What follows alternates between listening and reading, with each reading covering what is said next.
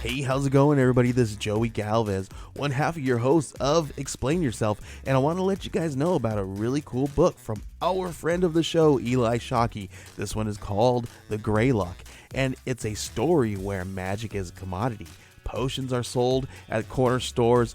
Orcs and dwarves earn a living in cubicles, not on the battlefields. But there are those who resist the house's magic's laws. Branded a criminal and forced to live as a wand for hire, there is a spell slinger they call the Greylock.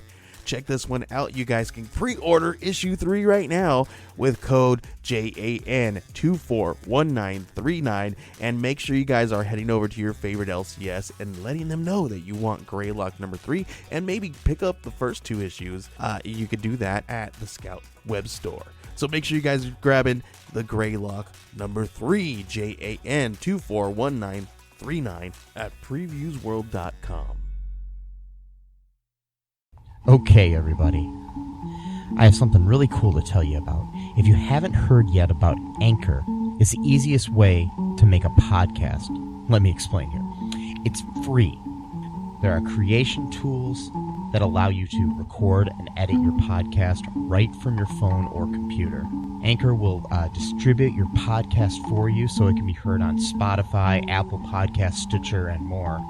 You can make money from your podcast with no minimum listenership. It's everything you need to make a podcast in one single place. Now, the way that you can do this is you got to download the free Anchor app or go to anchor.fm, and then you can get started. It's really fun. We just switched over recently here at All Too Real 2, and I'm enjoying it so far. So be sure to check it out and let us know what you think.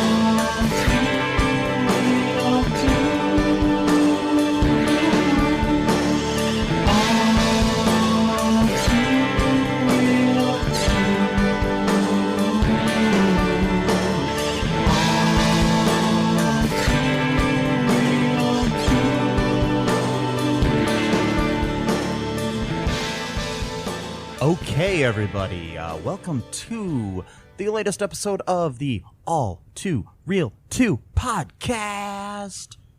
Woo! I'm your host, Michael E. Cullen II, and with me, as always, is my co-host, Matthew Haas.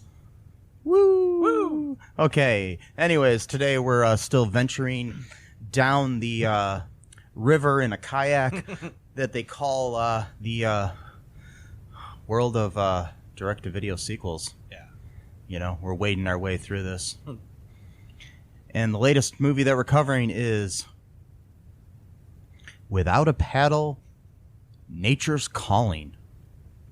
The 2009 sequel to the 2004 film Without a Paddle. Yes. They made a sequel to a film that didn't need a sequel. No, it didn't. It was pretty much resolved. And it's one of those sequel and name only type things. Yeah. But where here we are. Where it's a similar story, different characters. Oh, God. Different everything. Well, not really. No, because the story... It was pretty much a similar plot. Well, no, because there was no treasure. Yeah, but... Well, I guess there was kind of... Well, they were looking for something instead, and it was different, though. Yeah, but, okay. Yeah. Okay, You're so... right, yeah. And no one died. Like, a friend didn't die and brought them all together. Oh, no. But, yeah, it was pretty much very... Like, almost a carbon copy of the first one's plot points. And things of that nature. Can we before we talk about this for a second? Yeah. Can we mention the fact that I think that you might have psychic abilities because of Cop and a Half 2 or New Recruit? Yeah. Yeah, go ahead. And then Nature's Calling here, Without a Paddle 2 or whatever. But we okay, this is being recorded in September, just to let you know, of 2018. I don't know when this is going to air because we're backlogging a bunch of episodes just to kind of give you a little bit behind the curtains sort of thing here. Anyways, we recently just lost Burt Reynolds. And Burt Reynolds was in Cop and a Half and in Without a Paddle. And back to back, I just randomly chose to cover 2 movies that were sequels to movies he was in. I don't know why. Wild, yeah. It's just weird. And yeah. It's weird how sometimes you just have like this, like, I don't know, kind of psychic premonition in a way or something, yeah. or something's in the air. It's like, I don't know. But I mean, in all honesty, the reason I chose Without a Paddle 2 is because I was listening to another podcast that's hosted by Dax Shepard, who was in the first Without a Paddle, and his guest on the episode was Matthew Lillard, who was also in the movie, and they were, just talking about the movie, and it made me think. I was like, wait, there's a direct-to-video sequel to that. I can cover that for the podcast. And if you haven't checked it out, do check out Armchair Expert with Dax Shepard. It's a really good podcast. They're not paying us or anything, just to be all honest. But I just like the podcast a lot. Anyways, it's interesting. But okay, so Without a Paddle, Nature's Calling. The greatest of all Without a Paddle sequels. The only one. but okay, so in this movie, the setup is there's these 2 friends, Zach and Ben. They've been buddies since they were in grade school. They're kind of opposites. Zach's kind of a freewheeling ladies' man kind of guy, and Ben's a straight-laced. In the movie, he's a lawyer, like when he gets older. But back when they were kids, there was this girl named Heather in their high school who was a vegetarian hippie chick sort of thing, and she had a petition to sign, and she got 1 signature before she got kicked out of school for some reason. Yeah, they didn't really explain what was... I guess having a petition in a school gets you kicked out. Yeah. I don't know. Yeah. Then again, I didn't go to a public school, so I don't know. I went to a Catholic school. That probably would have got you kicked out of my school. So, they sent a kid home one day because he wore a T-shirt when I was in high school that said "Boycott Homophobia." Oh wow! So he was like, "How do you boycott?" Okay, yeah, that's an interesting phrase. Yeah. Okay, his sister was a lesbian and stuff, so he was just basically against homophobia. No, I get that. It's a homophobia business. I guess kind of it is. Yeah, so, I don't know what he... I understand the intent. But anyways, he wore a T-shirt, a homemade T-shirt that he wrote on that said that, and we had a jeans and T-shirt day because we normally had like a uniform that we had to wear. And and that was interesting. So I'm pretty sure this would have happened in my school if Heather was there. Yeah. Trying to get people to sign a petition that said, meat is murder, basically. Well, no, her petition was about. No, it wasn't. It was about dissection. Yeah, because the next day he wore a T-shirt that said "meat is murder." He was trying to impress her, and then I forgot about that. Yeah, and then she got kicked out. Yeah, and she blew him a kiss. At least that's what we believed. Yeah. Before she left through a window when they were in the office or something. I don't know. They were in the principal's office because these kids were bullying Ben. Yeah, and they got in trouble for it. And Zach came in to help fight, and it was actually kind of funny scene because, like, since they were so loyal to each other, like whenever the kids would gang up on the other kid would jump in to fight. And then they start ganging up on that kid, so then Zach would jump in. So it was like, and then so they went to the principals for fighting. And then she just happened to be outside the principal's office walking, even though she just got kicked out of school. And then she blew this kiss, and then Ben was, smitten forever, I guess. Yeah, because then according to the the outline of the movie that I read, it's 12 years later when we meet them again. I thought it was more than that, but yeah, I was thinking at least 20, but no, it was yeah, I guess it was 12 years later. 'Cause they never really said when they were in high school. They didn't really say the. Oh, it said 1996 actually. Did it? In the beginning, yeah, it said 1996. So then 12 years later would be 2008, and the movie was made in 2009. So it makes sense. Yeah. Yeah, that does make sense now. Okay. So I was thinking I forgot that this was 2009 all of a sudden. But yeah. Yeah, me too. I was thinking it was made just last year. For some reason, I don't know why. Yeah, so anyways, when we meet them again, Ben's a corporate lawyer or something, and he's all stressed out, and Zach's a nurse at a nursing home. Mm-hmm. And there's this old lady there who is dying. I'm skipping over some things, but whatever, they're not important. Much. Yeah, and she wants Zach to help find her granddaughter so she can get the inheritance from her coffee maker.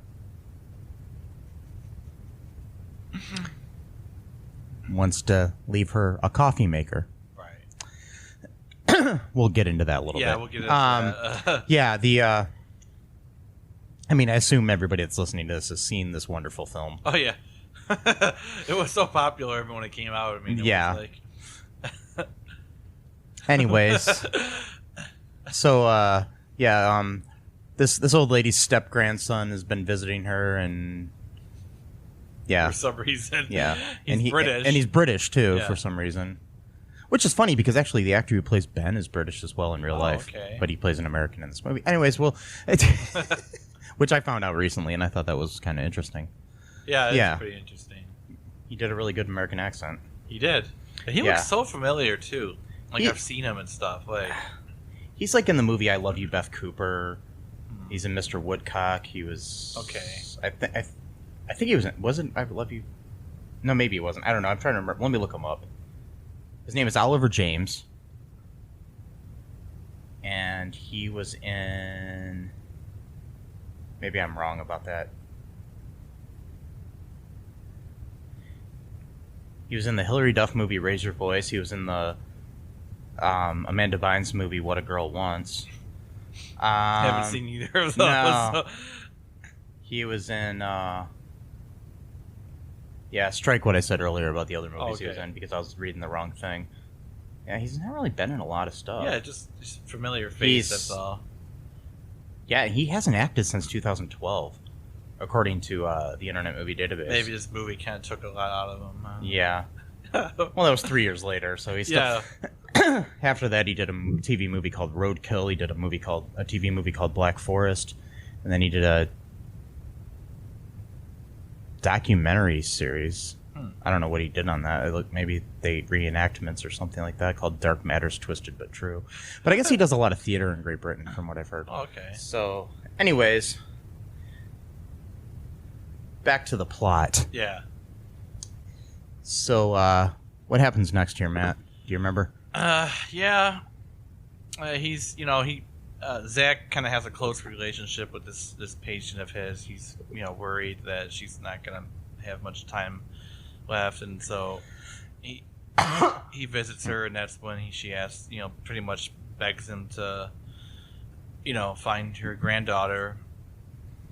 And so that's when he calls up, where he actually shows up to Ben's work, at saying that there was their high school principal. Yeah. The guy's like, what's my high school principal doing here? And then it turns out it's him, and then Zach kind of makes a jab, like, oh, you wouldn't come if you said it was me, type of thing, because he's been kind of neglecting their friendship for a long time because of being overworked and stuff like that. Yeah. Which is still not really an excuse, in my opinion. I mean, I know that's the one that everyone makes, but it's if you're really, really, really care about someone, You'll make time, some time. But yeah, I mean, even if it's just a few minutes. But yeah, anyway, so life happens though. It does, but Because I know we've lost touch in the past, Matt, being best friends and stuff at times, but yeah. Not 12 years worth. No.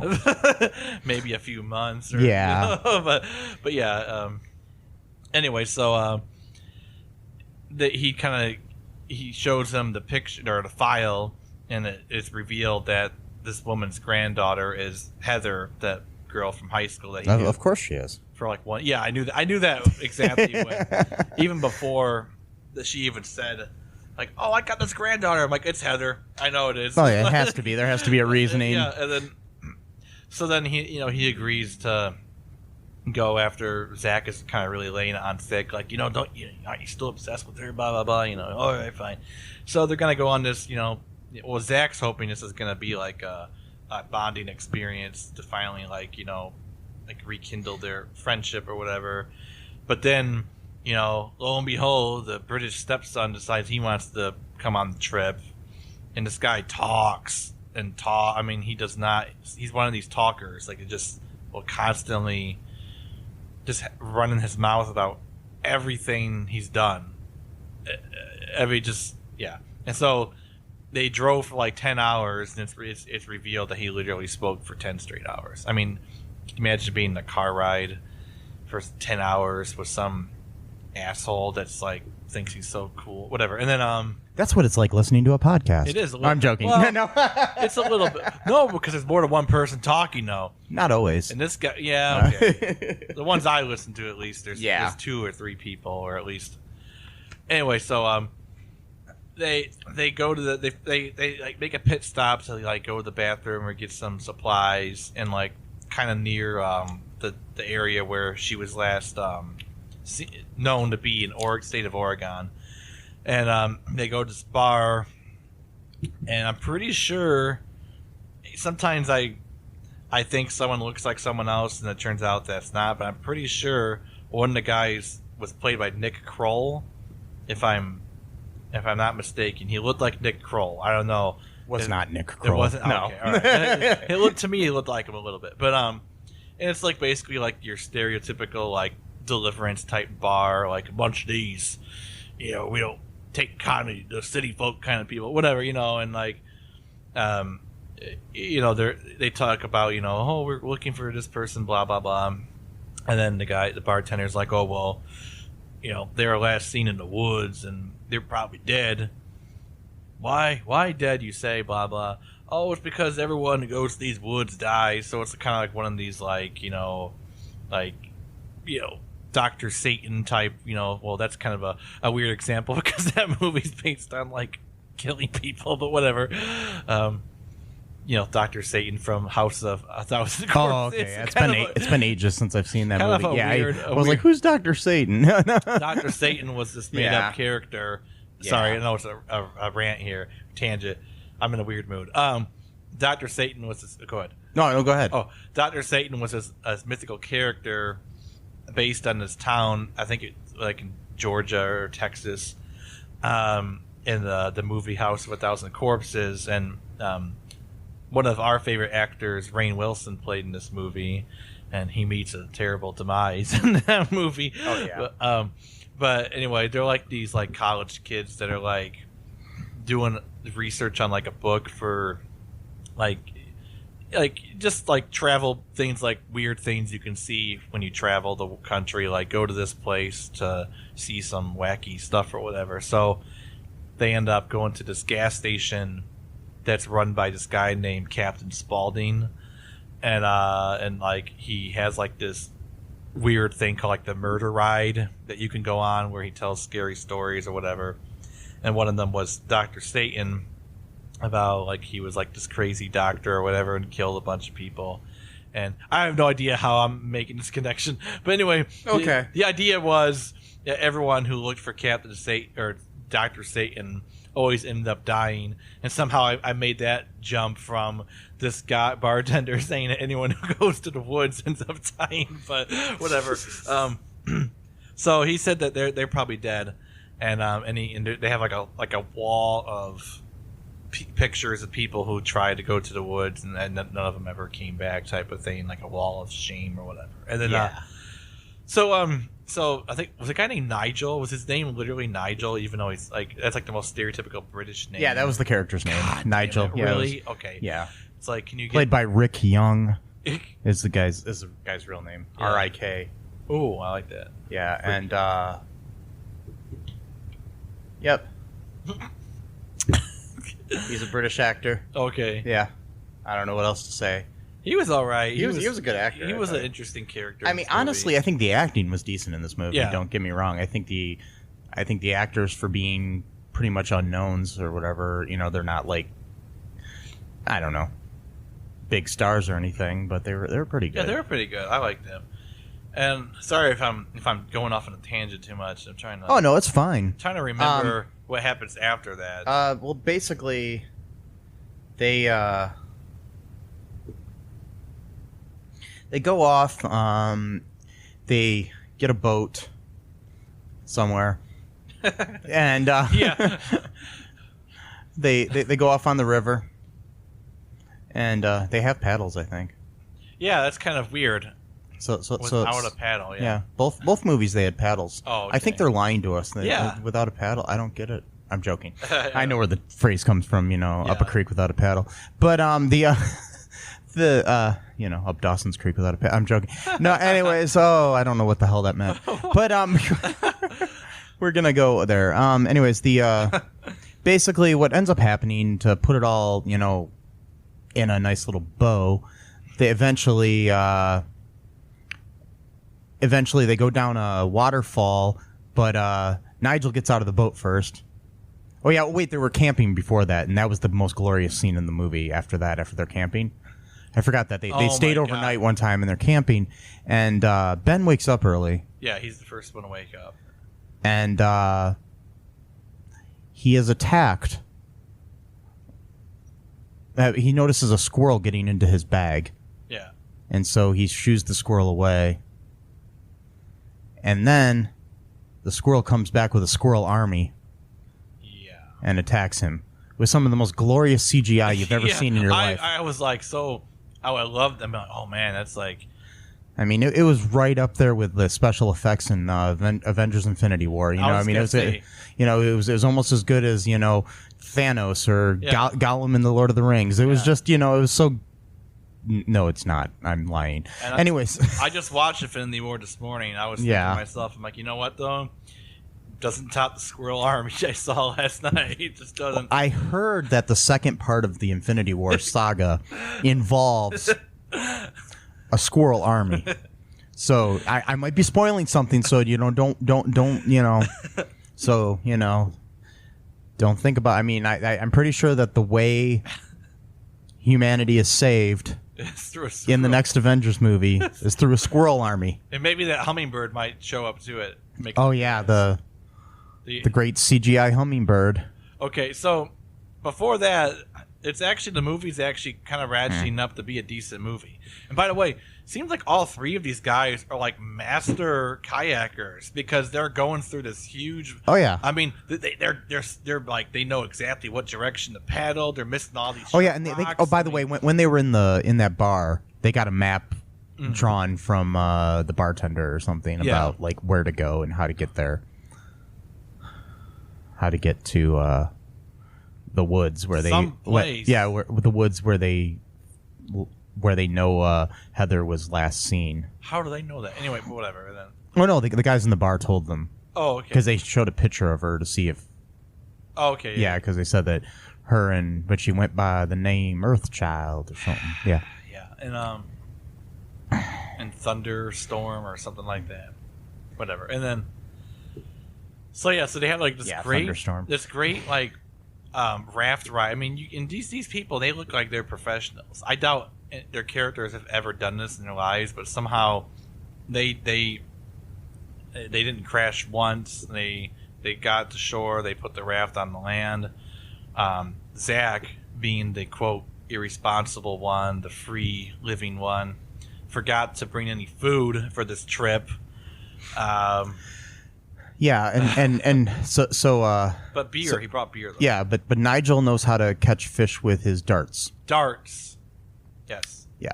Darts. Well, and they're setting up something for later in the movie. That's why they did it. But anyways, so after the squirrels attack, after they ate their food, they went to bed, and then the squirrels attacked. They all wake up and they're freaking out, so they run away, and they get into the boat and they leave all their shit there at the campsite. Yeah, that's right. Yeah, and then they said bail, and then Nigel jumped out of the raft. They went down a waterfall and lost. And Nigel went off, and then he ran into these two Canadian guys with the worst Canadian accents I've ever heard in a film. Yeah. They said A after like everything they said. And neither one of the actors are Canadian. I looked it up. Oh, yeah. They're both American.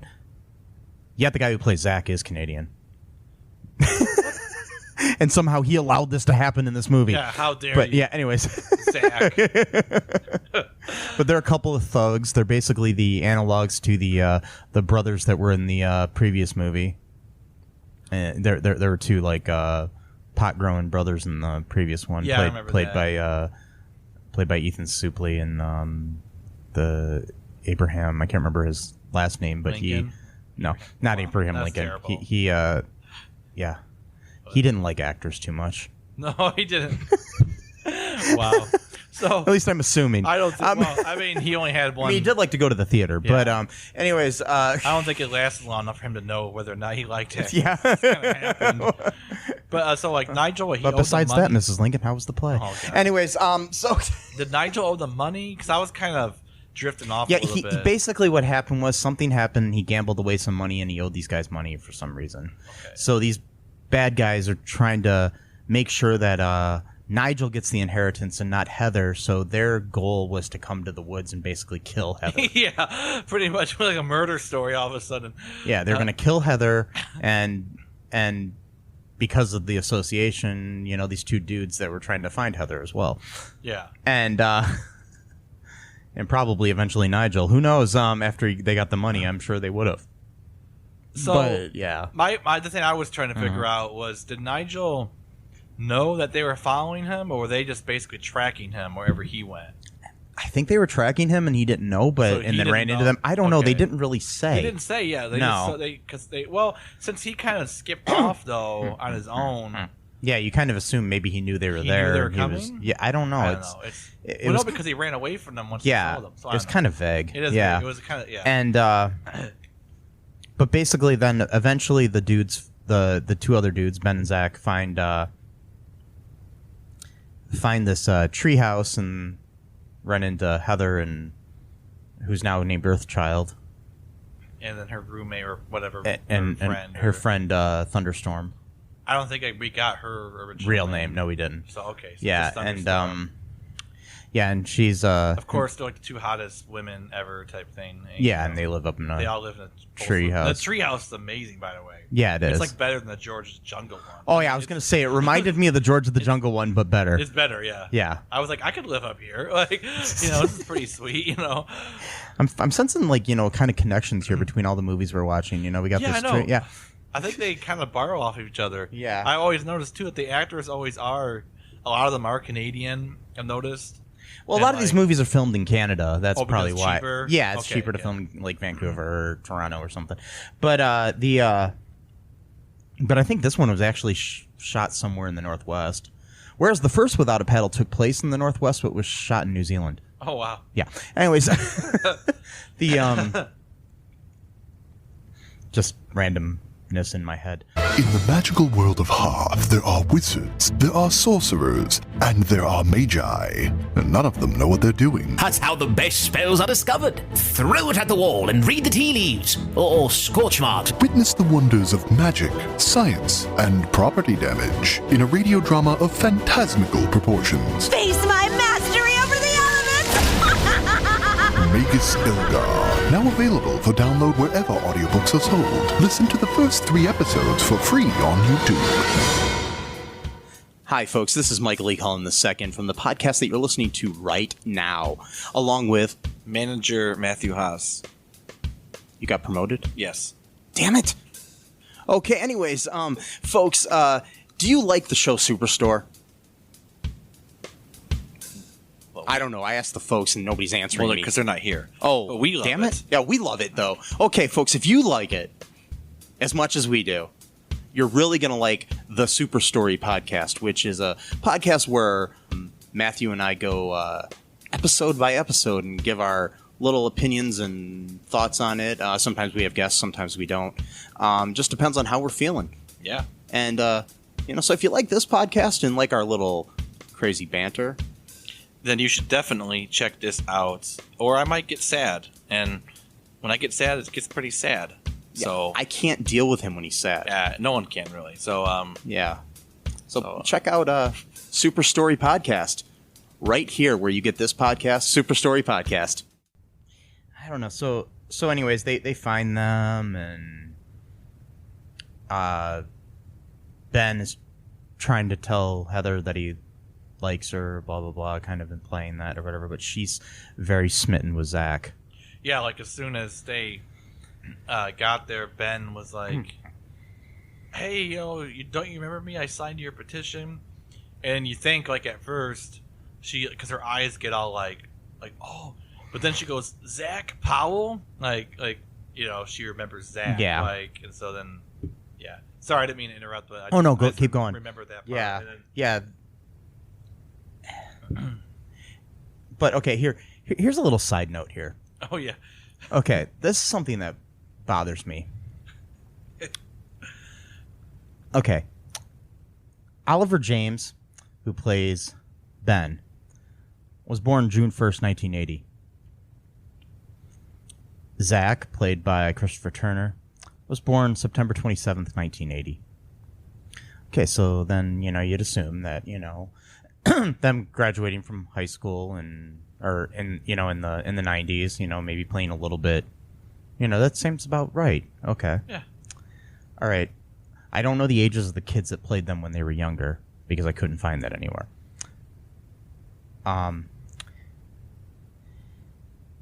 Madison Bontempo, who was the younger Heather, was born December 20th, 1991. Okay, it works out for, it's young enough to play the high school version of her. Yeah.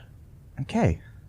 Another Madison Riley, who plays the Earthchild adult Heather, was born March 16th, 1990. So she's like a year older, like a year and a half older than the actress who plays her when she's younger. So 26-year-old. And she's 10 years younger than Zach and Ben. Right.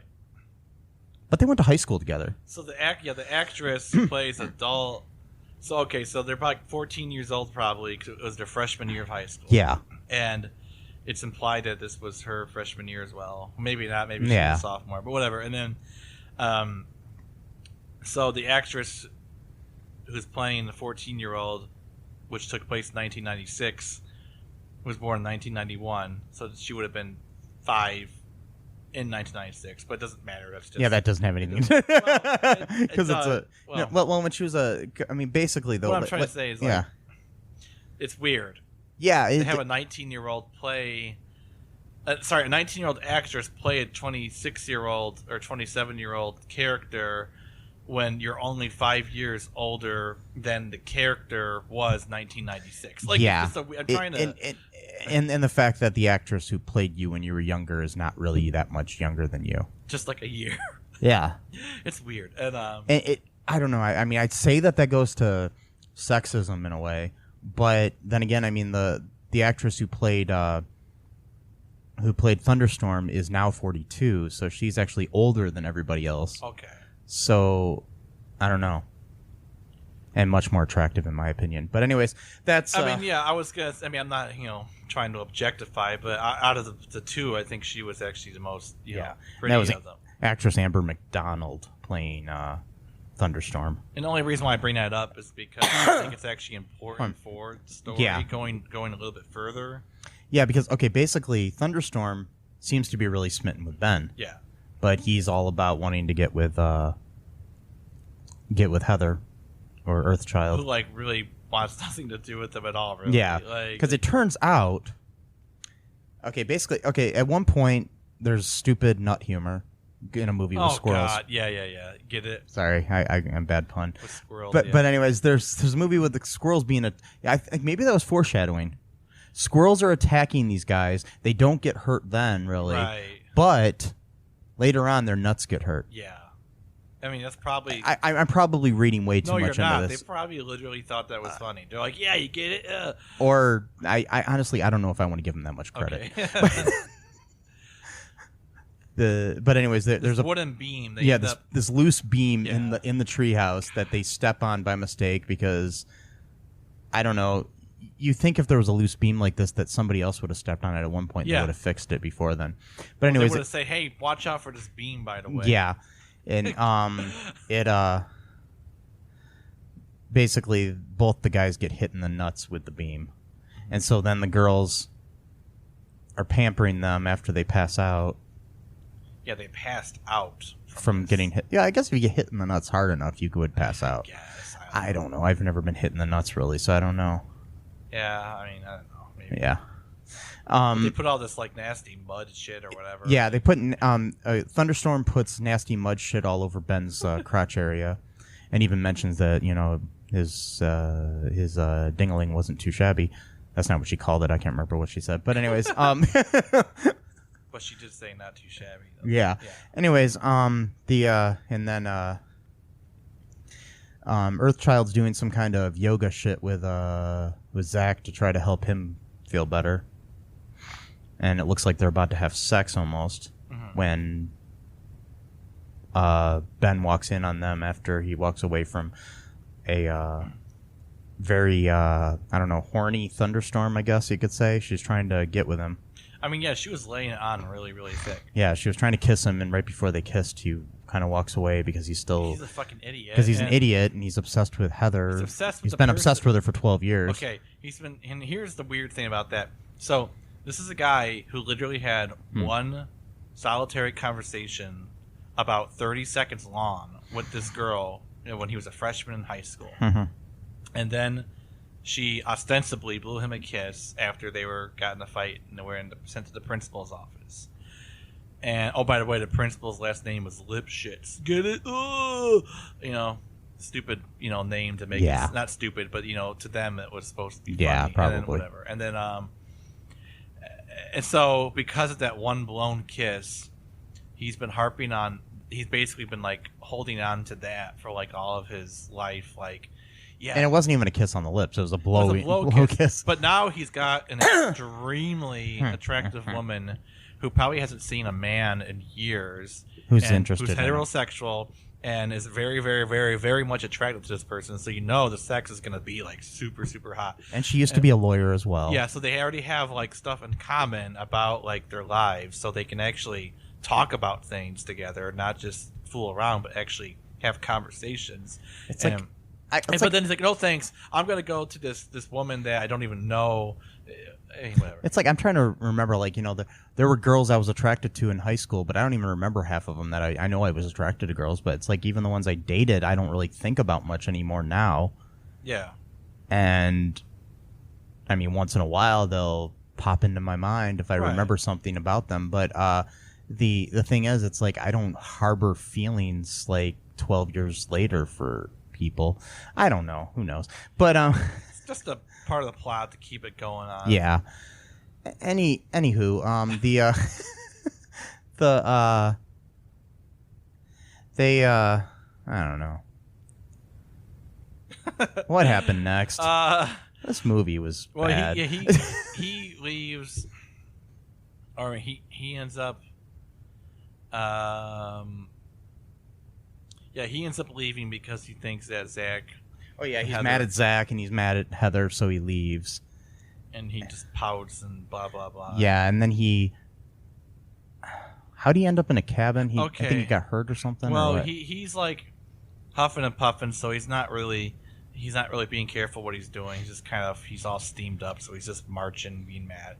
Zach, on the other hand, actually does reject Earthchild's advances out of loyalty to his friend. Yeah. And then so they don't have sex. Oh yeah, and then that's when Earthchild reveals that she blew that kiss to him, not to Ben 12 years ago.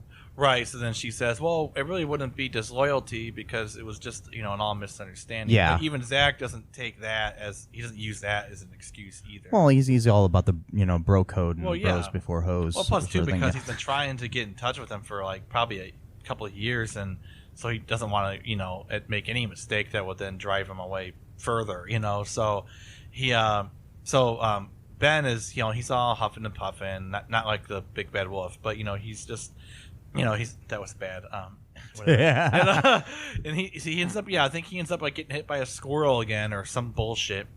So then he ends up in a cabin with this guy with a beard whose name, I don't even want to say it, is Hal Gore.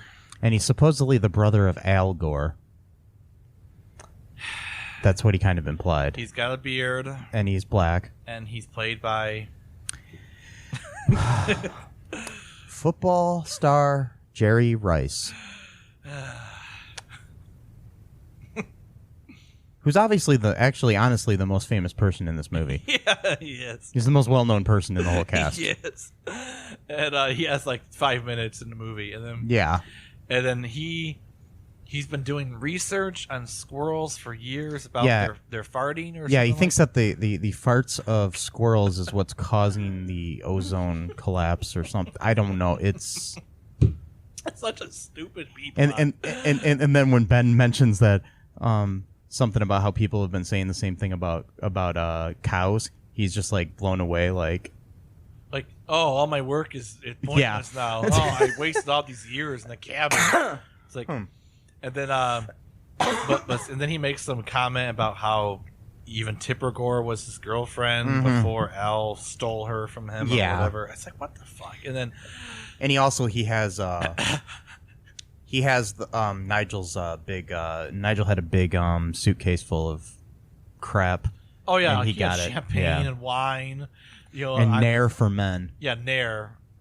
He loves his Nair. He's kind of like a person that really cares about his physical whatever. Even when they're going kind of like a pampered. He's like a pampered dude, posh sort of guy. And it's even when they're going on a rugged trip, he wants to still have these kind of creature comforts. It's dude, but apparently he's really, really good at making trout because they ate that shit up. So, and I don't even think they had spices. So I'm not sure what made the trout so good just by cooking it, but I guess so. And then, well, I guess when you're hungry, it doesn't matter. But yeah, I mean that's true. Yeah.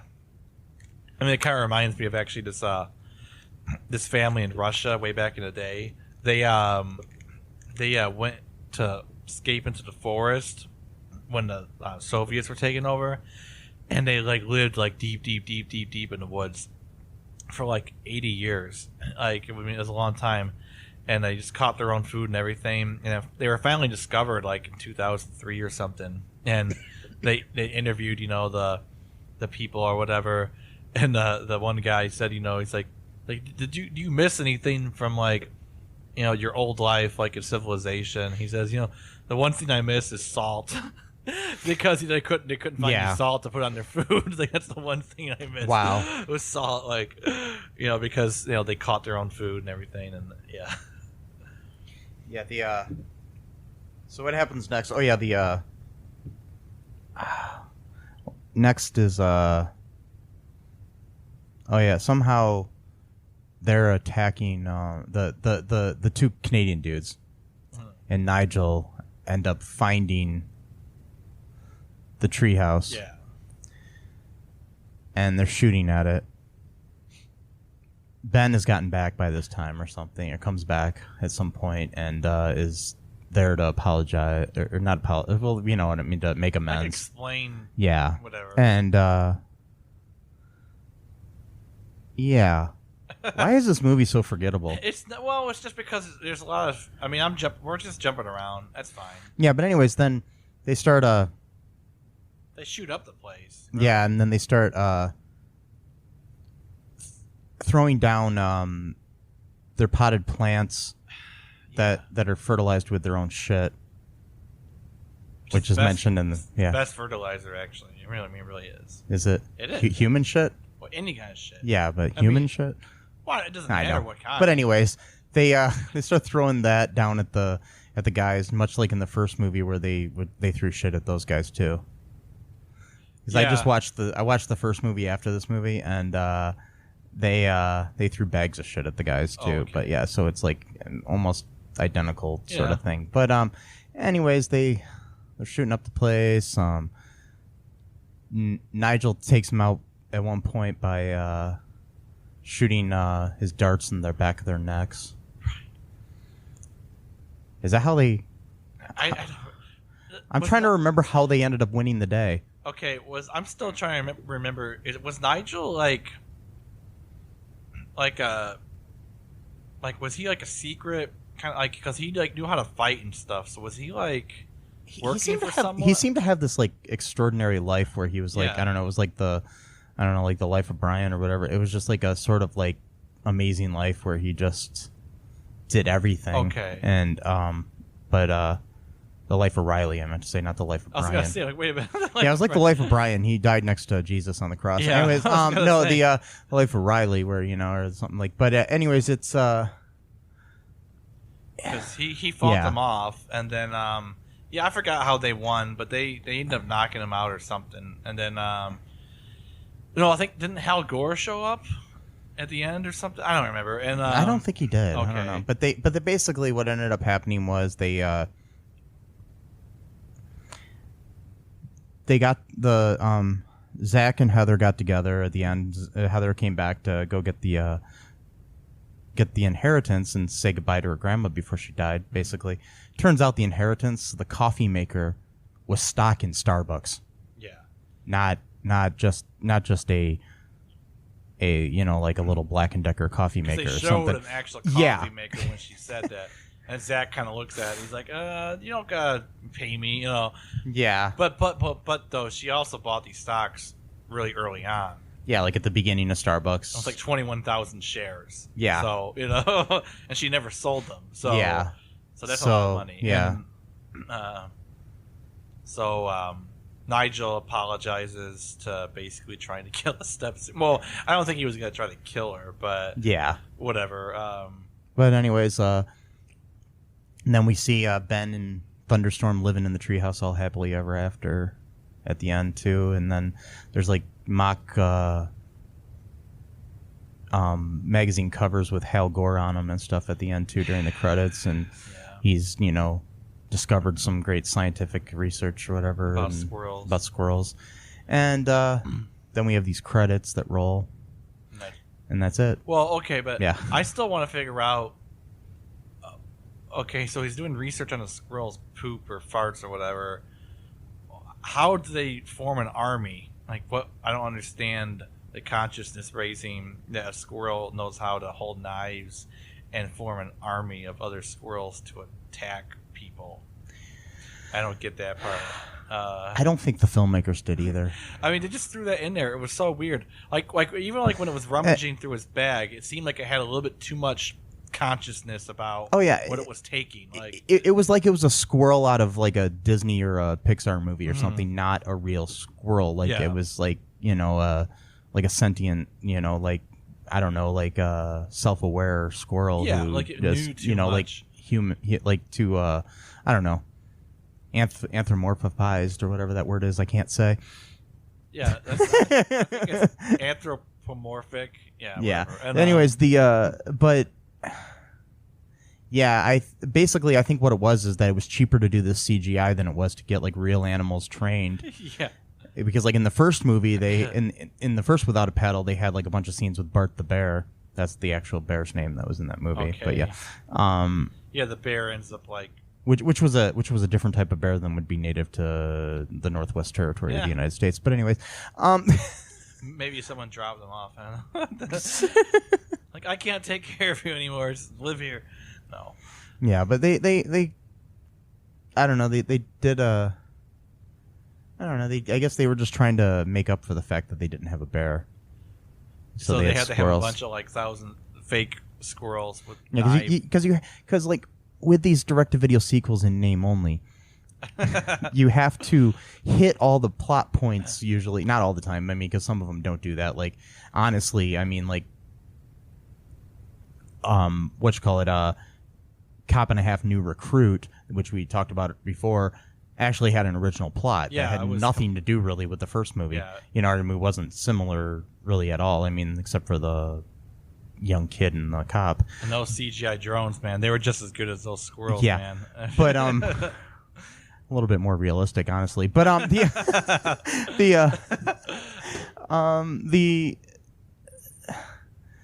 just think they were trying to add some kind of humor to it, and it just didn't work. Didn't work. No. I mean, it was funny just because of how bad it was. Because, like I said, I was watching this, and I'm like. I mean, it was a step up from Birdemic. Yeah, well, I think Birdemic is from the birds in Birdemic, so bad at least that it's good. Yeah. Like, why did the birds attack? I love that. Yeah. Anyway, so maybe the name of this movie should have been "Why Did the Squirrels Attack?" Yeah, I was gonna say that earlier, and I forgot actually. But before that, the movie is like shaping up to be like a normal like buddy movie, like a real something that was somewhat realistic. Yeah, because I'm like, okay, they go on this raft thing. Of course, they're a little bit too good at that, but whatever. Yeah, but I mean, it's everything but the squirrels, and then there was a CGI hummingbird at one point. Okay, that's the other thing. So why? I guess. Okay, I can understand the squirrel thing being cost less or whatever, but why were they forming an army and attacking people? Because the bear in the first movie didn't have a vendetta against humankind. Like, no, it just was feeling to sleep threatened with the guy. So, and then he ended up basically spooning with Seth Green's character. Yeah, it's. But these squirrels almost have like a vendetta against human. It's like the human race. So I don't know. I mean, maybe it's all the loggers that were coming into the area. See, but that's what I'm thinking. Like, okay, because the hummingbird was doing the same thing. The hummingbird. Sorry, I keep like interjecting here. Oh no, that's fine. I'm getting like that's what this is for, man. I'm getting all hyper now. But like, okay, so like even the hummingbird is like constantly like trying to attack Ben when he's like trying to reveal his feelings for Earthchild, and it's like why? And it reminded me of that Ben Fraser movie. Brendan Fraser. Sorry, Brendan. Yeah, Brendan. I don't know. I kept saying Ben Fraser. I was like Brendan Fraser movie, where he's basically like president of a company that's or whatever is gonna deforest all this land, so the animals are like attacking him because they know that their home is gonna be demolished. But so did they see that movie or that movie even come out yet? I'm not even sure if that movie even came out yet. And trying to like mix two different plots together, like a B plot, like okay, let's do this deforestation plot from that Brendan Fraser movie, and yeah, I don't know what they were doing. It's hard to say. They were just, I think, trying to find some kind of humor in this, and the fact that the animals wanted to attack humanity or something. Funny, I guess. I don't know what they are trying to make a message. Whatever. Hey, folks, this is Michael E. Cullen II from the podcast that you're listening to right now, along with Matthew Haas. We just wanted to tell you about our great podcast called Super. It's called All Too Real. And on that show, what do we do, Matt? We watch biopics, and then we talk about whether or not the movie matched up with the real story or not. So it was a lot more exciting than that, though. Yeah, so we analyze the real story and the real story. Get it? Get it? Real. Yeah, they're spelled differently, folks. You can guess which one I said which way. Anyways, so sometimes we have a guest, sometimes we don't. But we talk about great movies like Shattered Glass and The Social Network and Futile and Stupid Gesture, among others. Those are some of the ones that we've covered so far, and we're going to cover a lot more. So please subscribe on Stitcher, Apple Podcasts, Google Podcasts, wherever you find your great, fun podcasts. And be sure to share it with your friends. Do it. Do it. Do it. And make sure you're not afraid to get all too real.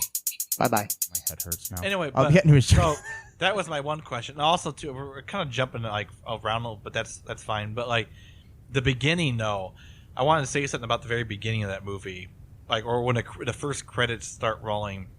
I thought that was one of the most awkward beginning credits I've ever seen in my life. Like these weird still images. It reminded me of that plumbers don't wear ties game, like where it's just a bunch of still images. Like they couldn't afford to like film them actually doing things, so they just had to show a bunch of pictures. Like of them growing was up. that what happened? Like in the beginning of the movie? Is Yeah, that because okay, right because I forgot. It's been a couple days since I watched it. Yeah, so I mean, I watched just last night, so I'm still kind of fresh in my mind. But yeah, right after she blows the kiss to Zach, not Ben. Then the credits start. The beginning credits start to roll, and it basically shows like Ben and Zach kind of like growing up together, like being like hanging out or whatever, and they're getting older. But it's just like these still pictures, and it's like in this weird like format collage, like you got from like Windows Movie Maker. I don't know. I mean, I guess it's just a standard sort of thing to show the passage of time. I mean, you could do some kind of video, but I mean, maybe they were just trying to make it seem like it was a photo album. I know, but even that, it just looked weird. Like the pictures. It was cheaply done. Like they're all taken on the same day, even though they're supposed to be like passage of time. Oh yeah. But anyway, but then they're playing that song for the 90s that was like really, really popular back in the day. Like, wherever you go, I'll find you. Yeah. I'm not sure if that's the lyrics or not, but it's I think it's like a Gin Blossom song from like the 90s or something like that. But anyway, they're playing that song. Yeah, it was. It's like wherever I'll follow you down. Or follow you, yeah. By it was Gin Blossoms. Yeah. It's a good song, but it was kind of like a weird. I mean, I guess since that was the 90s, maybe they were trying to do whatever. And then but yeah, that part was kind of just odd, strange to me, and it kind of shows too, like Ben kind of slowly like drifting apart, like from the friendship, because Ben wanted to be like a civil rights lawyer, but he kind of got wrapped up in like the corporate stuff.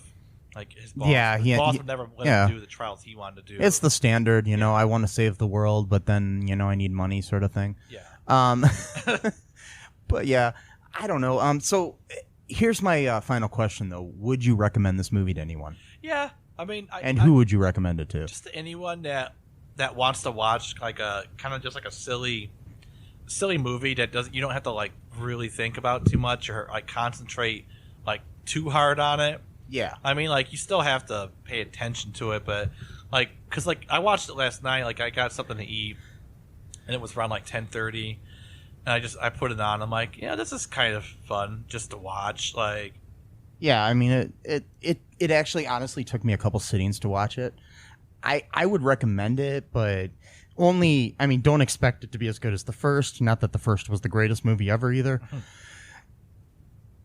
But yeah, if it comes on the TV when you're flipping through, which I don't know if it would. Yeah, but sure. But maybe stop and watch it for a few. Yeah. Or Amazon Prime, it's free. Yeah, it's free. If you can't find something else to watch it. If you enjoyed the first movie, you might like it, or you might hate it. Yeah. Anyways, I know that's not really a glowing recommendation, and maybe they'll put that on the back of the box next time. Yeah. That they release it on Blu-ray or something. Anyways, watch it if you have nothing else to do. Yeah. So if you're stuck in a room and you don't have internet, and this is the only DVD on the shelf, go ahead and put it in. Yeah. It'll be fine. It'll be okay. You won't die. No. Yeah, you won't die watching the movie. Hopefully not. Unless some squirrels attack you. Yeah. Anyways, I think that's all for us today. I've been Michael E. Cullen II. And I've been Matthew Haas the first. Yes. All right. Thanks for listening to All Too Real 2. Bye-bye. Bye. Thanks for listening to All Too Real 2 podcast, a Cullen Park production. Produced and edited by Michael E. Cullen II. Music by Matthew Haas. Subscribe and share the show. Visit us at cullenpark.com.